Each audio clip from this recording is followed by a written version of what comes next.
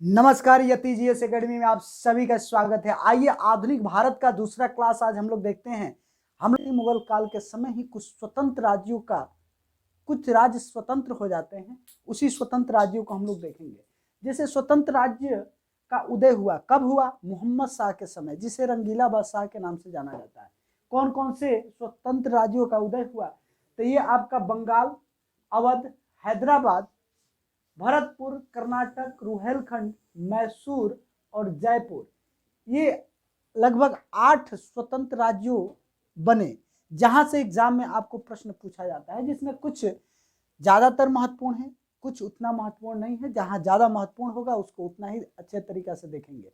तो ये सभी स्वतंत्र राज्यों में सबसे महत्वपूर्ण आपका बंगाल था।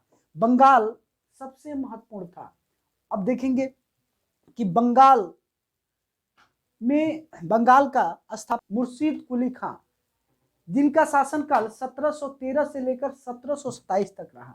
मुर्शीद कुली खान ने 1704 में मुर्शिदाबाद की स्थापना किया। किसकी स्थापना किया?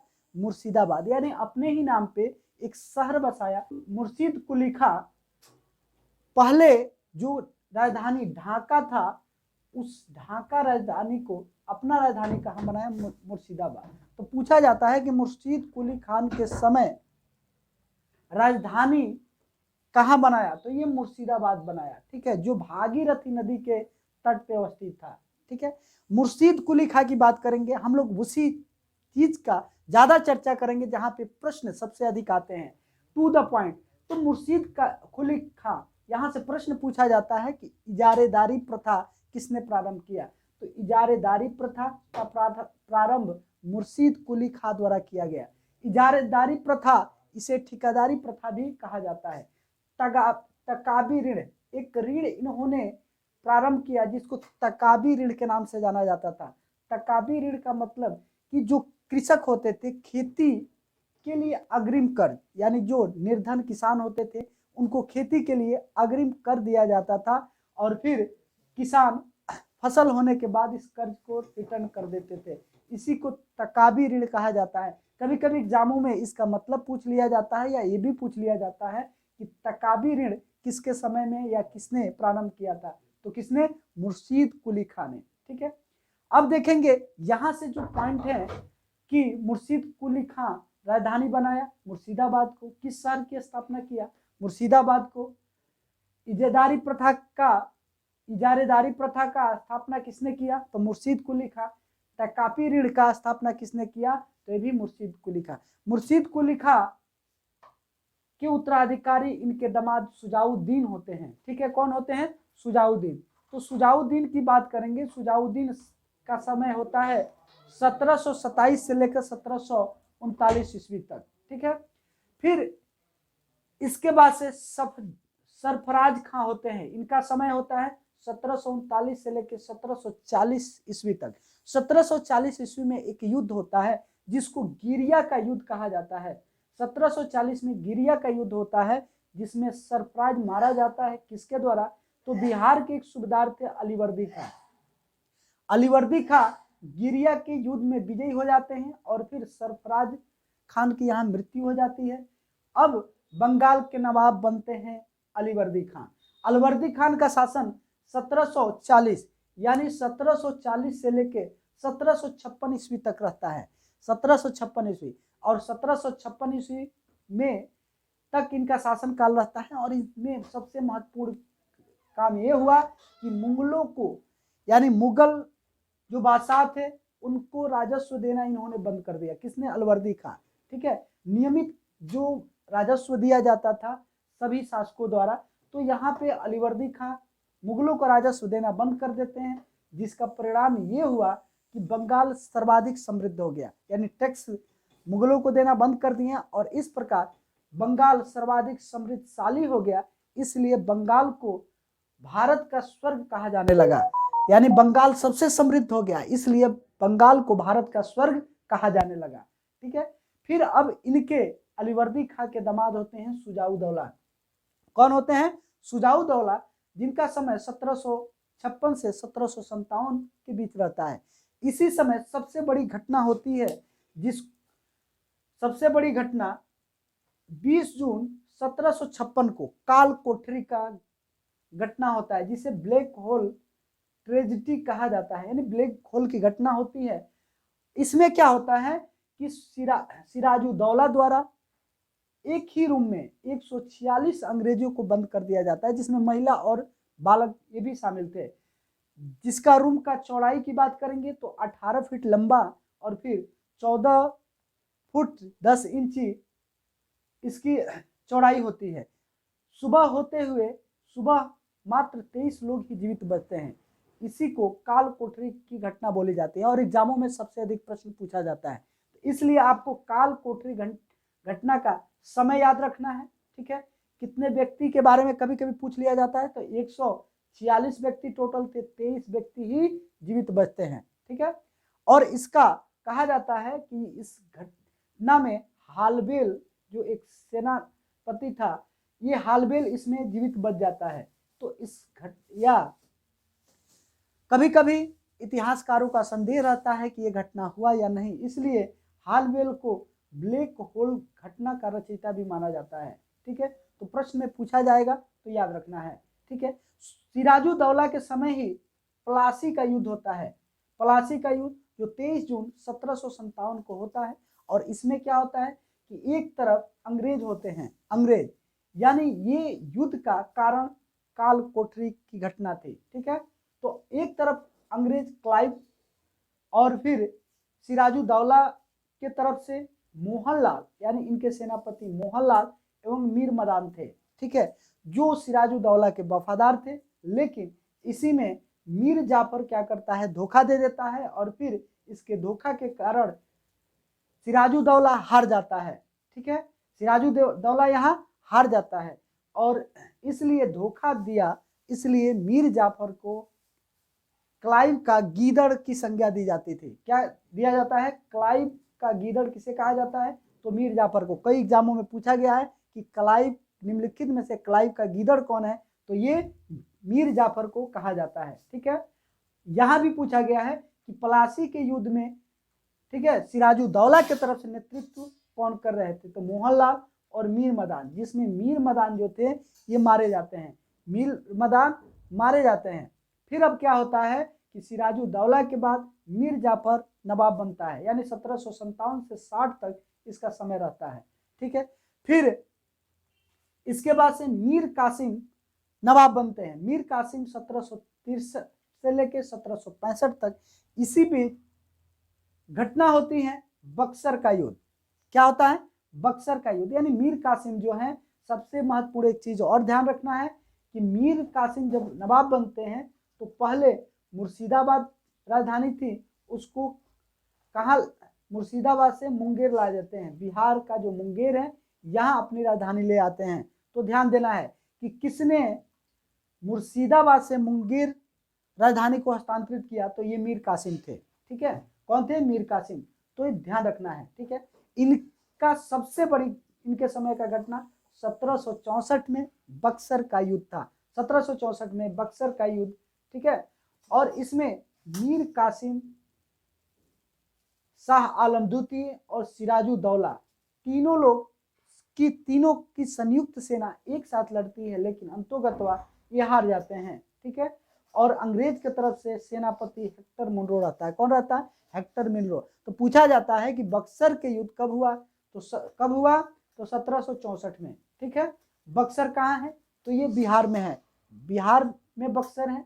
और इसमें किसकी संयुक्त सेना थी, तो मीर कासिम, शाह आलम द्वितीय और सिराजुद्दौला, ये तीनों लोग का संयुक्त सेना थी। लेकिन अंग्रेज के तरफ से जो नेतृत्व कर रहा था हेक्टर मुनरो, इसमें तीनों संयुक्त सेनाएं हार जाती है, और इसी को बक्सर के युद्ध को अंग्रेजों का वास्तविक अधिकारी बना देता है। फिर जब ये हार जाते हैं तो फिर अंग्रेज मीर जाफर को बनाते हैं।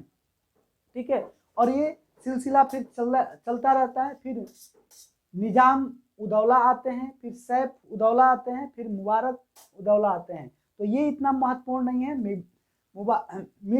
मीर कासिम तक सबसे महत्वपूर्ण है। तो इसमें जो मेन महत्वपूर्ण है उसको हम लोग देख लिए। अब हम लोग बंगाल को देख लिए, अब देखेंगे अवध को।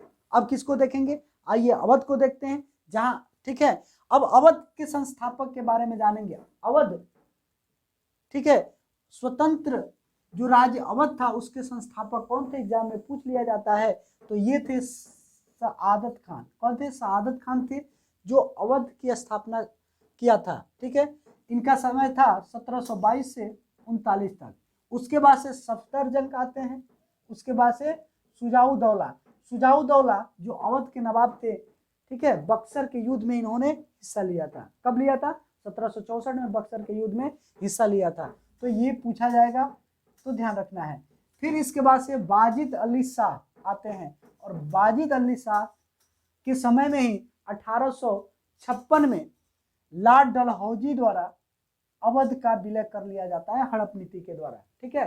तो लॉर्ड डलहौजी द्वारा अवध को मिला लिया जाता है, और यही आक्रोश जाके 1857 की क्रांति में दिखता है। और फिर 1857 की क्रांति में वाजिद अली शाह का जो राज्य था उसको विलय कर लिया कौन? डलहौजी। 1857 की क्रांति हम लोग अगले टॉपिक में उसमें देखेंगे विस्तार से। अब देखते हैं हैदराबाद। अब देखते हैं हैदराबाद को। हैदराबाद का संस्थापक कौन था? तो ये निजामुल मुल्क था। पूछा जाता है एग्जाम में कि हैदराबाद का संस्थापक कौन था, तो निजामुल मुल्क था, जिसका शासनकाल 1724 से लेकर 1748 तक था, ठीक है। इसी के समय 1724 में सुकरखेड़ा का युद्ध होता है, जिसमें मुबारक का मारा जाता है। तो सुकरखेड़ा का युद्ध कई एग्जामों में पूछा गया है, याद रखना है किसके किसके बीच हुआ। तो निजामुल मुल्क और मुबारक खां की, इसमें मुबारक खां की हत्या हो जाती है।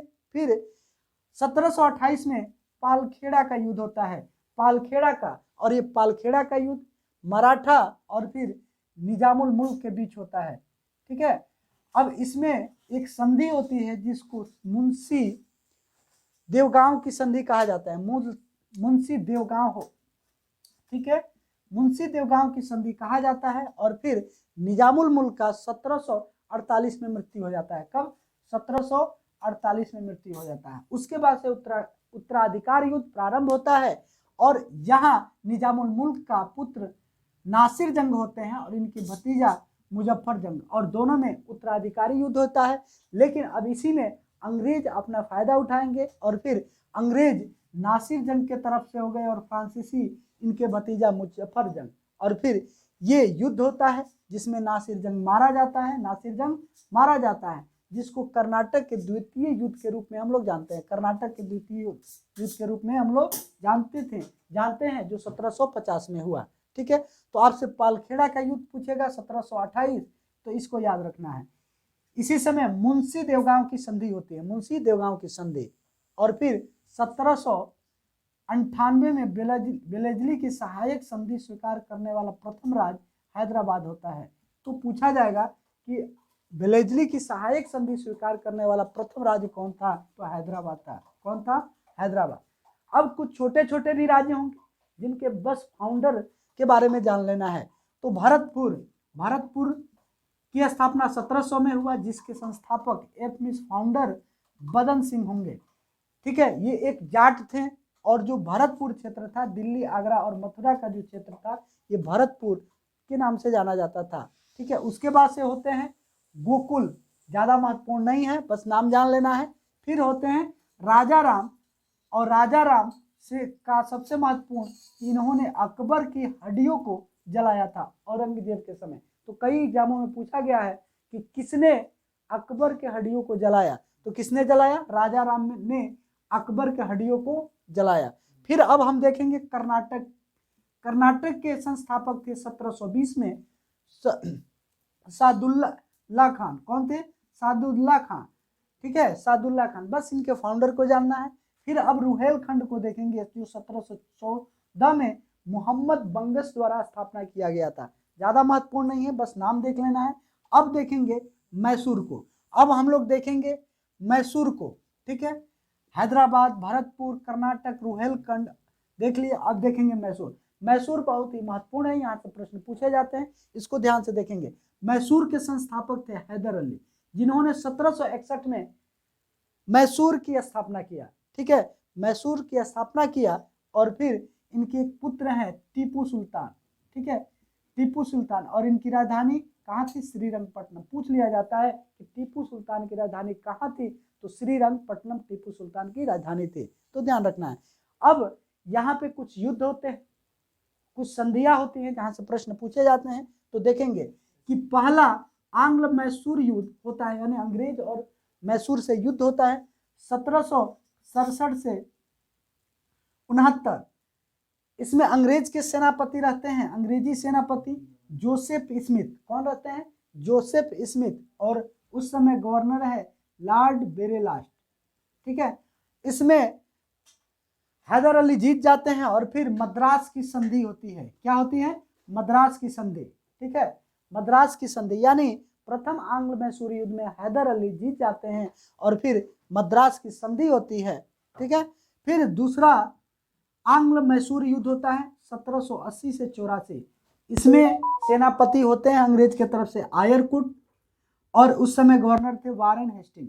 कौन थे? गवर्नर थे वारेन हेस्टिंग। पूछ लिया जाता है कि द्वितीय आंग्ल मैसूर युद्ध किसके शासनकाल में हुआ, तो वारेन हेस्टिंग। सेनापति कौन था? आयरकुट। ठीक है, और फिर ये मंगलौर की संधि होती है। इसी में 1782 में हैदर अली की मृत्यु हो जाता है, हैदर अली की मृत्यु हो जाता है। फिर आगे चल के थर्ड आंग्ल मैसूर युद्ध होता है और ये 1790 से 92 के समय होता है, और इसमें जो सेनापति होते हैं जनरल मेडोज। कौन होते हैं? General meadows. और इसके समय शासनकाल किसका होता है?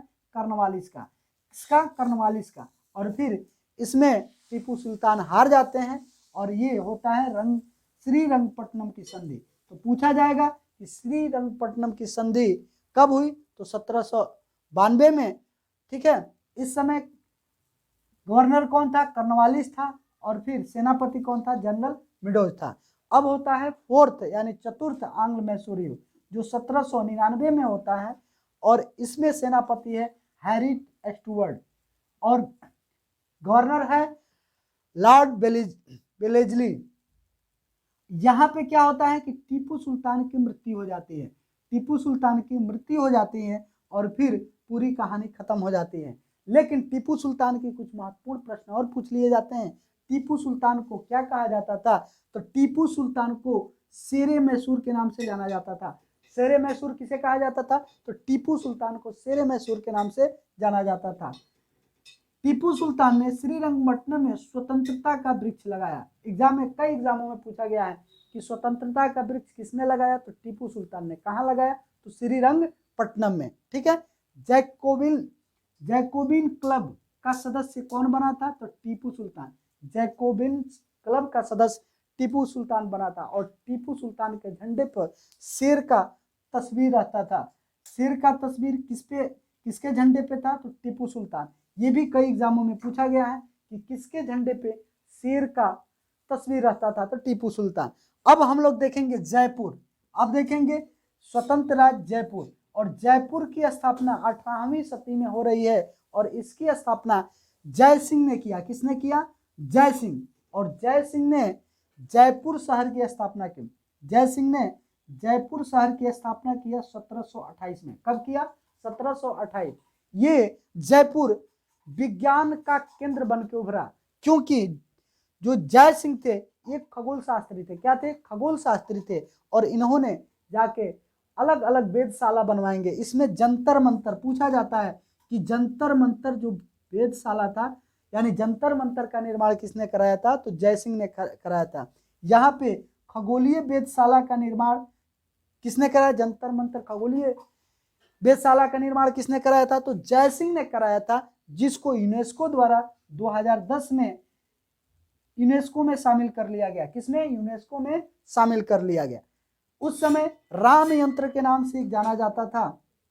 राम यंत्र, जिसको स्थानीय समय एवं ध्रुव तारे का ज्ञान कराता था, उनको राम यंत्र के नाम से जाना जाता था। जो स्थानीय समय का और फिर ध्रुव तारों का ज्ञान कराता था, ये राम यंत्र के नाम से जाना जाता था। आकाशीय पिंड की ऊंचाई नापने में भी राम यंत्र कार्य आता था, तो ध्यान देना है। फिर शंकु यंत्र, शंकु यंत्र था, और शंकु यंत्र की बात करेंगे, ये अक्षांशों को मापने के लिए शंकु यंत्र का प्रयोग किया जाता था। और विश्व की प्रथम वैदिक घड़ी, ठीक है, पूछ लिया जाएगा कि विश्व की प्रथम वैदिक घड़ी कहाँ स्थापित किया गया था, तो मध्य प्रदेश के उज्जैन में। कहा? मध्य प्रदेश के उज्जैन में। और ये सारा जय सिंह ने कराया था। किसने? जय सिंह। दिल्ली, जयपुर, उज्जैन, मथुरा और वाराणसी, ये सभी जगह सवाई जय सिंह, कौन? सवाई जय सिंह, जिसको जय सिंह द्वितीय के नाम से जाना जाता है। ठीक है, जय सिंह द्वितीय के नाम से ये 1719 में ये दिल्ली, जयपुर, उज्जैन और मथुरा, वाराणसी, ये सारी वेधशालाओं का स्थापना किसने कराया था? सवाई जय सिंह ने। इन्हें जय सिंह द्वितीय के नाम से भी जाना जाता है, जिसमें दिल्ली और मथुरा का जो, ठीक है, जो दिल्ली और मथुरा का है वो कार्यरत नहीं है, लेकिन और सारा कार्यरत है।